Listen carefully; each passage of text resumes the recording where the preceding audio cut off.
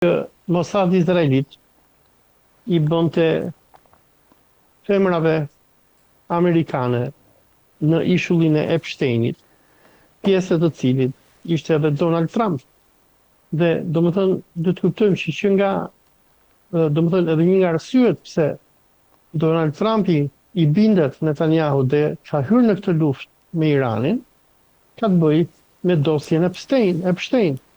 Pra gjërat janë të ndërlidhura që nga skandali I dosjes Epsteinit, e përdhunimet, e vrasjet e femrave, e mënyra se si Izraeli I ka bërë me dosje politikanët amerikanë, te lufta kundër Iranit, te kriza globale, te inflacioni, te shkatrimi I Amerikës, te vënia e Donald Trumpit në shërbim të një shtetit huaj, edhe unë do ta quaja këtë fol Allen jo një ujk I vetmuar, unë do ta quaj një prej miliona amerikanësh që po të kishin mundësi Donald Trumpin do ta vrisnin, ose në rastin më të mirë, në qoftë se punët vazhdojnë sikur po vazhdojnë tani në Amerikë dhe në zgjedhjet e nëntorit do fitojnë demokratët, Donald Trumpi do shkarkohet nga puna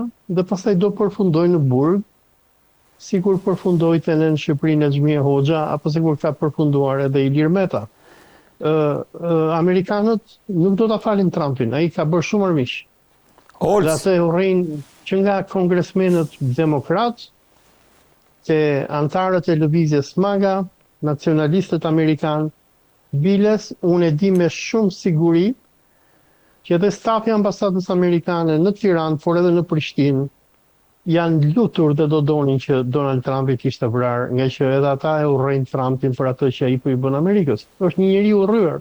Ja, këtë nuk e dim, po Irani, Ols, duhet dim që ka patur shpesh deklarata nga Irani që janë drejtuar presidentit Trump që të ruaj veten.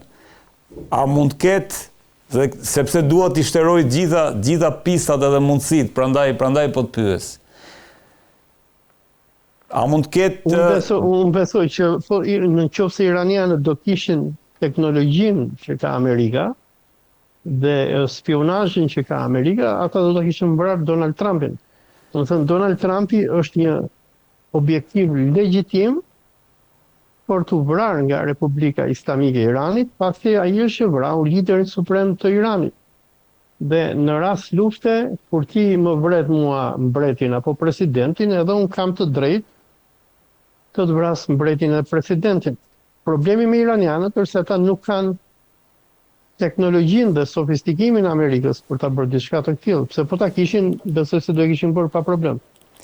Ndërkohë, Ols, kthehemi pak në luftën në lindjen e mesme, duket sikur situata ka ngrirë në Hormuz. Si e vlerëson çfarë do të prodhoj, kush janë mënyrat, si do dilet nga ky bllokim, le të themi? Kjo, domethënë, pyetja juaj është me vend. Situata në Hormuz në këto momente ka arritur një farë descent, apo një farë remije, sikur mund ta quajmë në shqip, ku ashtu sikur Irani ka mbyllur kanalin e Hormuzit, ashtu edhe amerikanët e mbajnë kanalin e Hormuzit të mbyllur. Në të dy palët, si amerikanët, si iranianët, po mundohen që të përdorin embargon kundër njëri tjetrit, në mënyrë që të shohin se kush do të thyet I pari.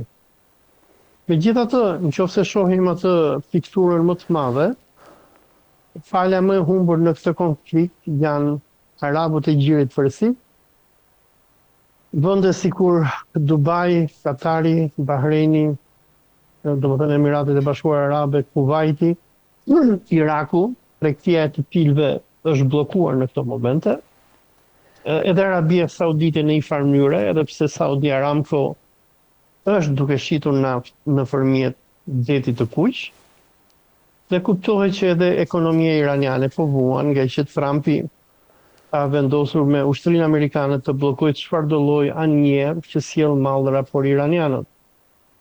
Dhe ashtu sikur fjala bie sauditët janë duke përdorur detin e kuq, iranianët janë duke përdorur Rusinë,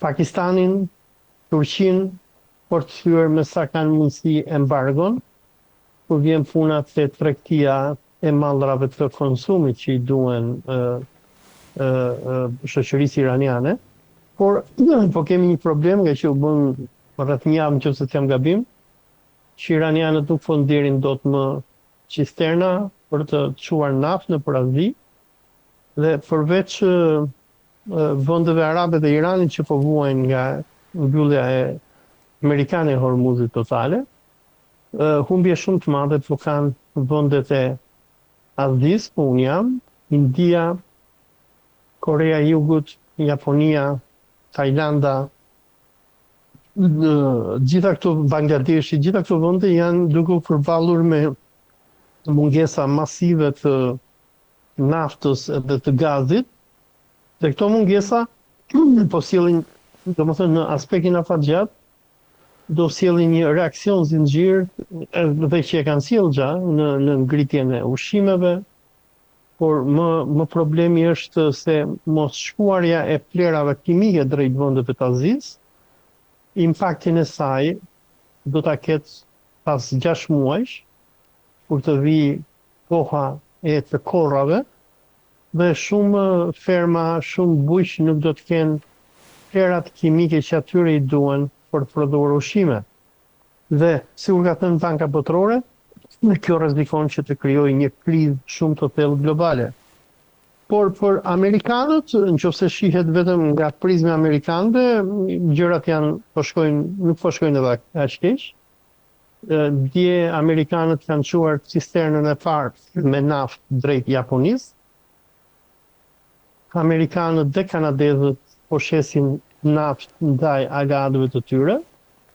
Çmimet e naftës janë rritur dhe nëse s'kam gabim, përpara pak minutash po shikoja në Al Jazeera që kompanitë amerikane të naftës fitojnë $30 milion në çdo orë, domethënë që shkon, si pasojë e rritjes së çmimeve të naftës. Një fuqi nafte ka shkuar në $107. Dhe amerikanët, ashtu sigur rusët, janë duke përfituar, po bëjnë gjithë ato lek, por kush po vuan? Po vuan pjesa tjetër e njerëzimit, po vuan Afrika, Azia, por edhe Evropa. Rusia me SHBA-n po përfitojnë nga kjo luftë, nga që po shesin naftën shumë shtrenjtë. Holc, a do ketë një sulm nga ana e Shtetet Bashkuara të Amerikës, duke qenë se aeroplanmbajtja Bush është afruar, duhet kem aty regjia, një hartë është afruar rreth 200 milje nga bregu në detin e Omanit te bregu i Iranit. Duhet ketë një hartë tjetër regjia, po gjithsesi ideja është që a jemi përballë një mundësie e cila në ditët në vijim mund të kthehet pastaj në një ofensivë të re ushtarake ndaj Iranit, apo do të rrim, sepse Trump tha unë kam kohë sa të duash, ne mund të vazhdojmë të rrim në këtë gjendje për një kohë të gjatë, nuk është se na prish punë kjo. Varet se e para se cila nga palët do të lodhet e para. A do lodhen iranianët apo do lodhen amerikanët, që kanë luftanijet e tyre në det. Raportime ndryshme tregojnë që ka shumë probleme në flotën amerikane, mungesë ushqimesh e tjera e tjera. Por, domethënë, çelësi i gjithë kësaj normalisht është Benjamin Netanyahu. Çfarë do bëjë Netanyahu?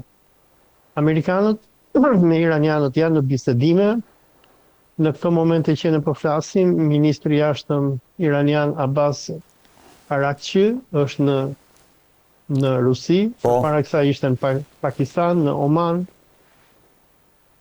Iranianët po mundohen që të lëshojnë aq shumë sa ata besojnë që mund t'i besohet Donald Trumpit, por në anën tjetër po ka një problem që po i ndalon bisedimet dhe si gjithmonë dihet që është Netanyahu dhe Izraeli, nga që iranianët duan që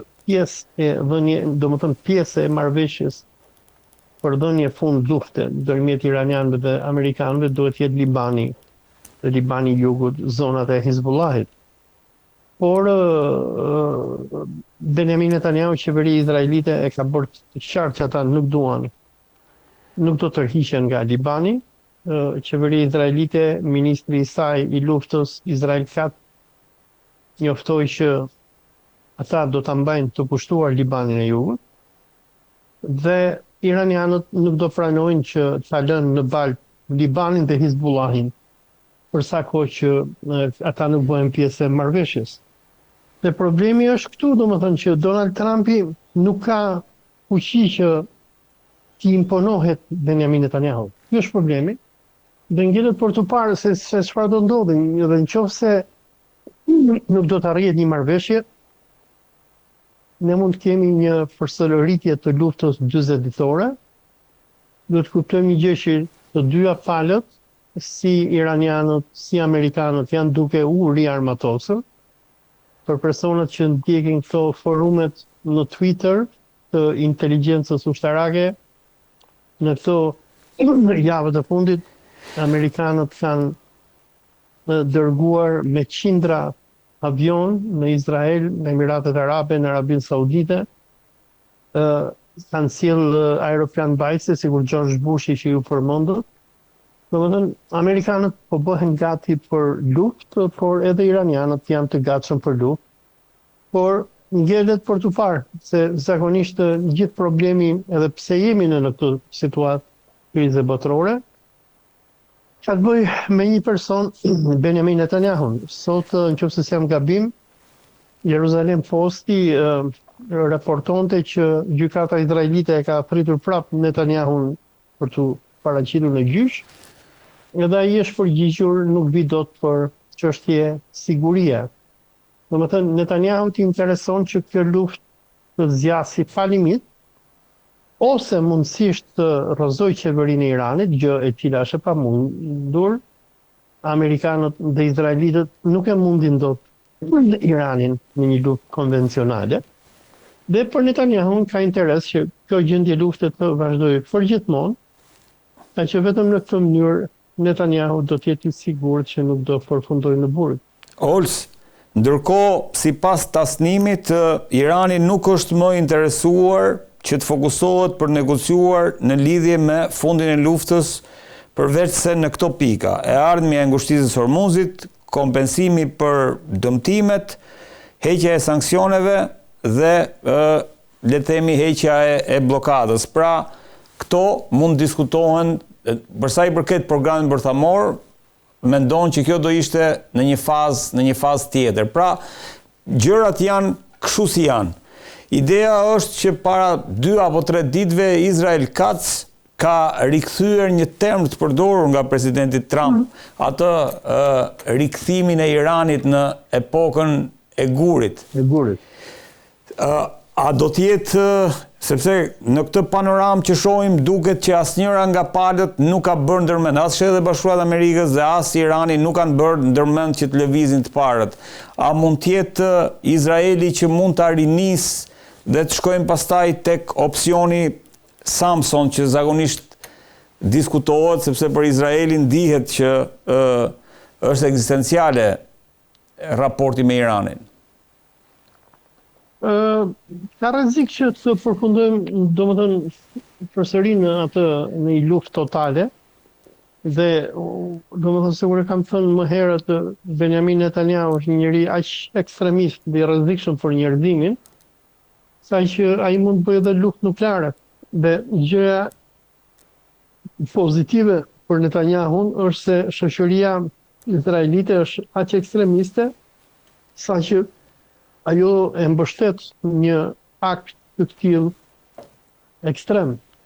Pra ngjelet për të parë është e gjitha në dorën e Netanyahut, dhe për sa kohë që në SBA nuk ka burr shtetash të cilët do t'i thonë jo lobit qifut, që do t'i thonë që ne duam të mirën e njerëzimit, të mirën e Evropës, të mirën e aleatëve tanë, Për fatin ton të keq, ne mund të shohim rikthim në luftë, dhe duke qenë që Amerikanët, edhe nëse nisin bombardime masive kundër Iranit, me avionët që kanë mbledhur rreth Iranit në këto momente, ata do dështojnë. Sigur po dëgjoja një analizë në Al Jazeera për para pak momentesh, një nga arsyet pse ministri i jashtëm Abbas Araxhi ka shkuar në Mos është se iranianët po i kërkojnë rusëve teknologji për të rrëzuar avionët F-35.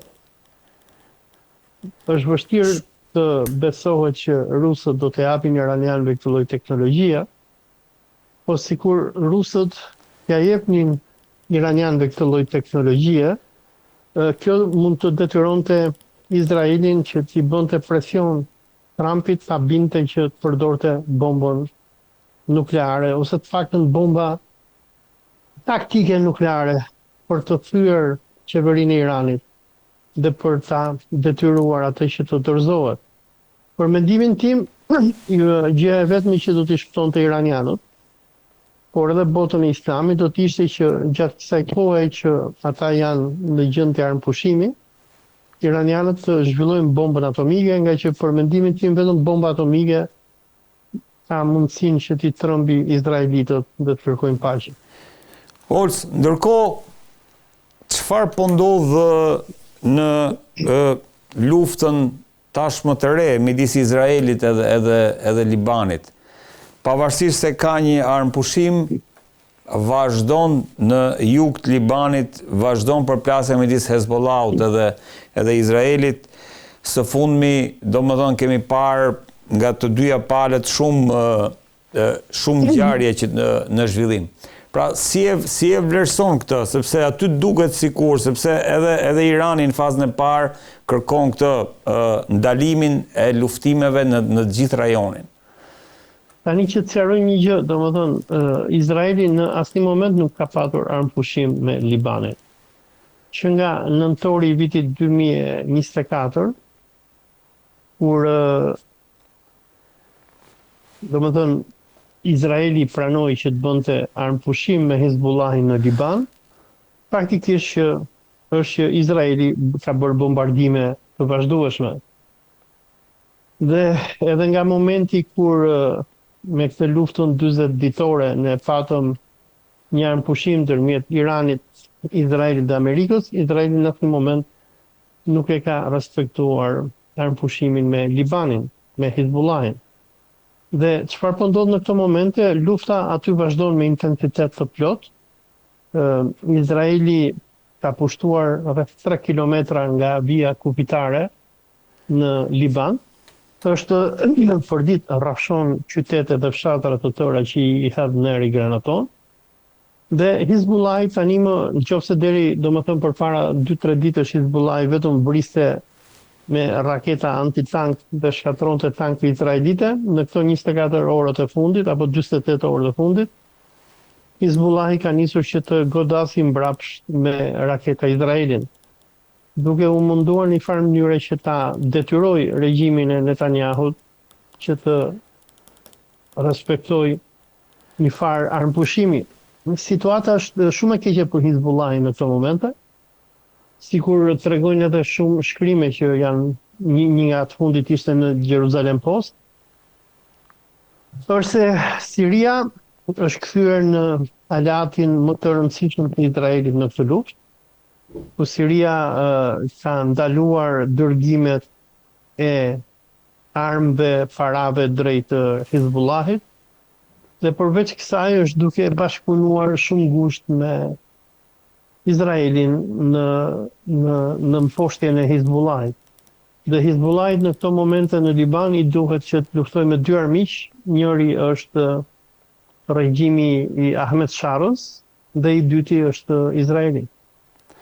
Olc, e fundit të paktën të njëjtën ose të premten është firmosur në Turqi një marrëveshje e re midis Turqisë edhe Britanisë. Po në një kohë kur vazhdimisht dëgjojmë nga Izraeli që Turqia është Irani i dytë, si e vlerëson këtë lëvizje të Britanisë? Për këllë marrëveshje ke fjalën. Ka një marrëveshje të fundit që lidhjet që fillimisht shkojmë tek avionët Eurofighter që ka nisur prej kohësh dhe vazhdon në disa nivelet tjera. Më shumë për të kuptuar këtë zhvendosje të Britanisë në raport me kë duhet mbështesin në linjën e mesme. Nuk e di a e ke ndjekur këtë? Jo, këtë nuk kam, po kam ndjekur një marrëveshje tjetër, domethënë që po do të bëj nëse jam gabim, Turqia me Arabinë Saudite, Jordaninë e tjerë. Okay. Që ndërtoj një linjë hekurudhore, mendova se kishe për atë fjalë. Po. E kam para, jo edhe për atë, flasim edhe për atë, s'ka problem. Kurse kjo marrëveshje duhet të kujtojmë diçka që Turqinë moderne krijuan britanikët. Do të ishte qeveria britanike dhe franceze ata që do mbështesnin Ataturkun gjatë luftës që në Turqi quhet lufta për shtlirim kombëtar. Por që normalisht ishte luftë kundër kalifatit Osman me zëvendësimin e Republikës së Ataturkut, dhe që nga themelimi i Republikës Turke deri sot e kësaj dite, britanikët që edhe e mbështetën Ataturkun ta krijojë, qëllimi ishte që Turqia do të qëndrojë gjithmonë si aleat i Londrës kundër Rusisë. Arsye pse britanikët dhe francezët vendosën që ta mbështesin krijimin e Republikës Turke ka të bëjë me fundin e luftës civile në Bashkimin Sovjetik, ku bolshevikët triumfuan, dhe jo vetëm që triumfuan, por mbështetën edhe me miliarda dollar Ataturkun për themelimin e Republikës së Ankarat.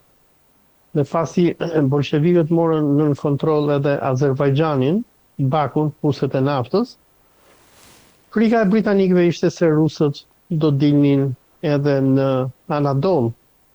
Dhe duhet të kuptojmë diçka që Turqia është një vend shumë i rëndësishëm për Britaninë, domethënë britanikët që e krijuan, ata deri sot